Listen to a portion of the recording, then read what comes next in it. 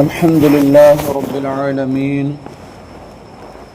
والصلاة والسلام على سيد الأنبياء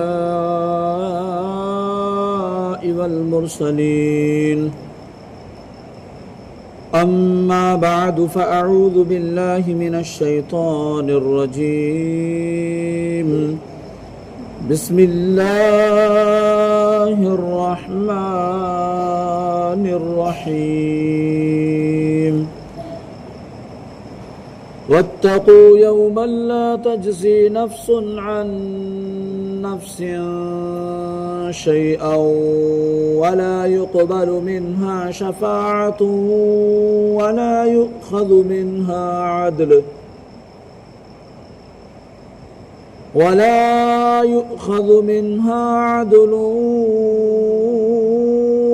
هم ينصرون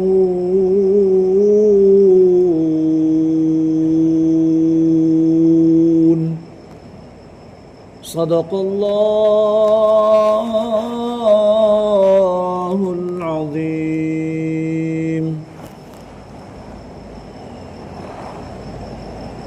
آئیے درود پاک پڑھ لیتے ہیں۔ صلاۃ و سلام علیک یا رسول اللہ وعلی آلک و اصحابک یا حبیب اللہ۔ صلاۃ و سلام علیک یا نبی اللہ وعلی آلک و اصحابک یا نور اللہ۔ نویت سنت الاعتکاف۔ جب بھی آپ مسجد میں داخل ہوا کریں تو یاد کر کے اعتکاف کی نیت کر لیا کریں، اس کے بڑے فائدے ہیں۔ اللہ پاک کلام مقدس میں ارشاد فرماتا ہے، اور اس دن سے ڈرو جس دن کوئی جان کسی دوسرے کی طرف سے بدلہ نہ دے گی اور نہ کوئی سفارش مانی جائے گی اور نہ اس سے کوئی معاوضہ لیا جائے گا اور نہ ان کی مدد کی جائے گی۔ فرمایا، اے بنی اسرائیل، قیامت کے اس دن سے ڈرو جس دن کوئی بھی شخص کسی کافر کی طرف سے بدلہ نہ دے گا اور نہ کافر کے بارے میں کسی کی کوئی سفارش مانی جائے گی اور نہ اس کافر سے جہنم کے عذاب سے نجات کے بدلے کوئی معاوضہ لیا جائے گا اور نہ ان کفار سے اللہ کا عذاب دور کر کے ان کی مدد کی جائے گی۔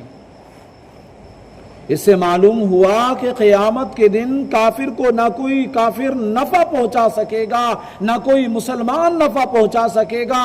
اس دن شفاعت ہوگی تو صرف اور صرف مسلمان کی ہوگی، جیسا کہ دیگر آیات میں بیان ہوا۔ البتہ یہ بات یاد رکھنی چاہیے کہ شفاعت کی امید پر گناہ کرنے والا ایسا ہی ہے جیسے اچھے ڈاکٹر کے مل جانے کی امید پر کوئی زہر کھا لے کہ میں تو اگر زہر بھی کھا لوں تو اچھا ڈاکٹر ہے نا میرے پاس، وہ ٹھیک کر دے گا مجھے۔ بس یہی مثال ہے اس شخص کی جو شفاعت کی امید پر گناہ پر دلیر ہوتا چلا جاتا ہے۔ تو ہمیں گناہوں سے بچنا ہے، گناہوں سے اپنے آپ کو بچانا ہے۔ میں آپ کو بتاؤں، حضرت وہب بن منبہ رحمۃ اللہ علیہ فرماتے ہیں کہ بنی اسرائیل کے ایک نوجوان نے ہر قسم کے گناہوں سے توبہ کی، پھر 70 سال تک مسلسل عبادت کرتا رہا، دن کو روزہ رکھتا، رات کو جاگتا۔ اس کے تقوی کا یہ عالم تھا کہ نہ کسی سائے کے نیچے آرام کرتا، نہ ہی کوئی عمدہ غذا کھاتا۔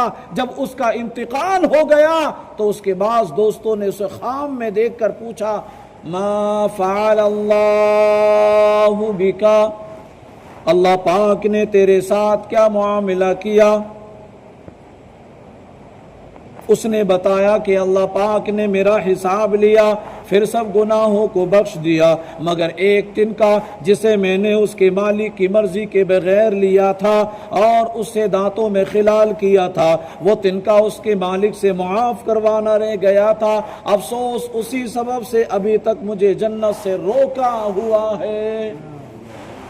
آپ اندازہ لگائیں، جب رب کی پکڑ آتی ہے تو چھوٹے سے چھوٹے گناہ پر بھی اللہ پاک ہماری پکڑ فرما لیتا ہے، اور جب بخشش پر آتا ہے تو بڑے بڑے گناہوں کو بھی معاف فرما دیتا ہے۔ تو ہمیں چاہیے کہ ہم رب عز و جل کی خفیہ تدبیر سے ہمیشہ خوف زدہ رہے، لرزتے رہیں، ڈرتے رہیں، اور یوں زندگی گزارنے کا آپ ایک انوکھا انداز اپنائیں۔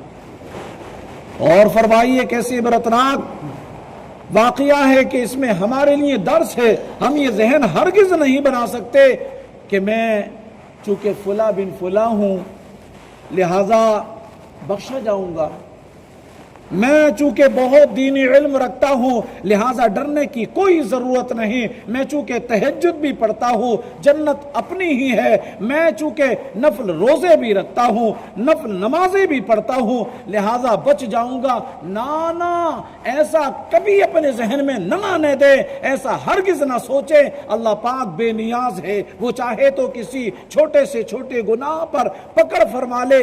ہر وقت ڈرتے رہنا چاہیے، اس کی رحمت سے امید لگائے، اس کی پکڑ کے خوف سے ڈر ڈر کر ہی زندگی گزارنی چاہیے۔ اللہ فرماتا ہے فَلَا يَأْمَنُ مَكْرَ اللَّهِ إِلَّا الْقَوْمُ الْخَاسِرُونَ۔ تو اللہ کی خفیہ تدبیر سے صرف تباہ ہونے والے لوگ ہی بے خوف رہتے ہیں۔ جو بے خوف رہتے ہیں وہی تباہ و برباد ہوتے ہیں۔ جن کو اللہ عز و جل کی خفیہ تدبیر کا کوئی خوف نہیں وہ تباہ و برباد ہو جاتے ہیں۔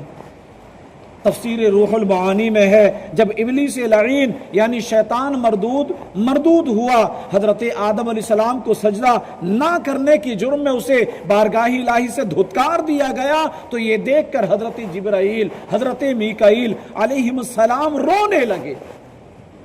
اللہ پاک نے فرمایا تمہیں کس چیز نے رلایا؟ عرض کیا یا ربی ہم تیری خفیہ تدبیر سے بے خوف نہیں۔ ارشاد ہوا ایسے ہی رہو، ارشاد ہوا ایسے ہی رہو، میری خفیہ تدبیر سے کبھی بے خوف مت ہونا۔ اس لیے ہمیں بھی دعا کرتے رہنا چاہیے اور یوں اپنے الفاظ میں ہمیشہ گنگناتے رہنا چاہیے، تیرے خوف سے تیرے ڈر سے ہمیشہ میں تھل تھل رہوں کانپتا یا الہی، میرے عاشق بہتے رہیں کاش ہر دم، میرے عاشق بہتے رہیں کاش ہر دم، تیرے خوف سے یا خدا یا الہی۔ صلو علی الحبیب صلی اللہ علی محمد صلی اللہ علیہ وسلم۔ الحمدللہ رب العالمین والصلاة والسلام علی سید الانبیاء والمرسلین۔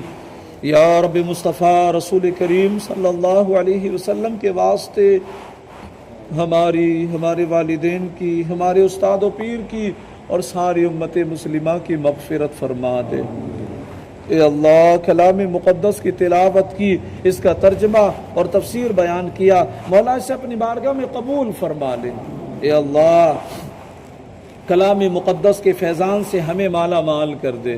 اے اللہ کلام مقدس کی تفسیر کے حلقے میں ہم نے شرکت کیے، اس حلقے کی برکت سے مولا ہماری جملہ پریشانیاں دور کر دے، آزمائشیں دور کر دے۔ اے اللہ ہم سب کو روزگاریاں عطا فرما دے، بے روزگاریوں سے بچا لے مولا، ہم سب کو دینداری عطا کر دے۔ اے اللہ بے دینی سے بچا لے، ہم سب کو تیرا خوف عطا فرما، تیری خفیہ تدبیر سے ہمیشہ لرزہ و ترسا رہنے والا بنا دے۔ اے اللہ ہمیں متقی بنا دے، پرہیزگاری عطا فرما دے۔ اے اللہ تیرا خوف نصیب فرما دے۔ تیرے محبوب صلی اللہ علیہ وسلم کا سچا عشق عطا فرما دے، سنتوں کا پیکر بنا دے، سنتوں کے مطابق زندگی گزارنے والا بنا دے۔ اے اللہ ہمارا عبادتوں میں جی لگا دے، عبادتوں میں خوشبو اور خضوع عطا فرما دے، سجدوں میں لذتیں عطا فرما دے۔ اے اللہ ہمیں تلاوت قرآن کا ذوق و شوق عطا کر دے، درود و سلام کی کثرت کرنے والا بنا دے۔ اے اللہ برے لوگوں سے بچا لے، اے اللہ بری جگہوں سے بچا لے، اے اللہ بد کرداریوں سے بچا لے، بد اعمالیوں سے بچا لے، اے اللہ تمام گناہوں سے بچا لے۔ اے اللہ نیکیوں میں ہمارا جی لگا دے، نیک لوگوں کی صحبت نصیب فرما دے، نیک محافل میں شرکت کرنے والا بنا دے۔ اے اللہ ہمارے سینوں کو نور ایمان سے منور فرما دے، اے اللہ ہمارے ایمان کی حفاظت فرما۔ اے اللہ ہماری دعاؤں پر اپنے محبوب کریم رؤوف الرحیم علی کا تحیت و تسلیم کے صدقے طفیل رحمت کی نظر فرما دے۔ کہتے رہتے ہیں دعا کے واسطے بندے تیرے، کر دے پوری آرزو ہر بے کس و مجبور کی۔ سبحان ربک رب العزت عما یصفون وسلام علی المرسلین والحمد للہ رب العالمین۔ لا الہ الا اللہ محمد رسول اللہ صلی اللہ علیہ وسلم۔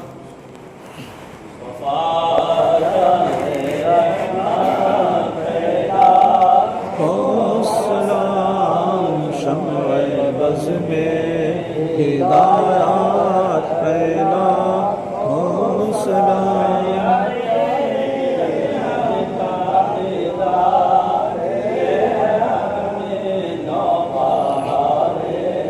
شفاعت پھیلا حوصلہ،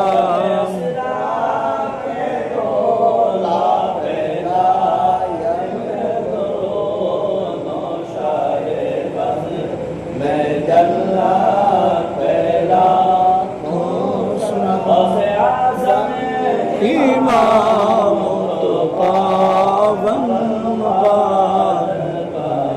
شان قدرات پہلا کھو سلام،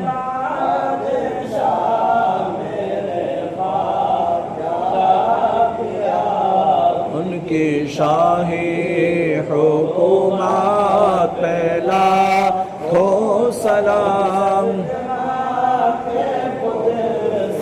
کا ہے ہر رضا مصطفیٰ جان رحمت پہلا کھو سلام، شمع بز میں ہدایات پہلا کھو سلام۔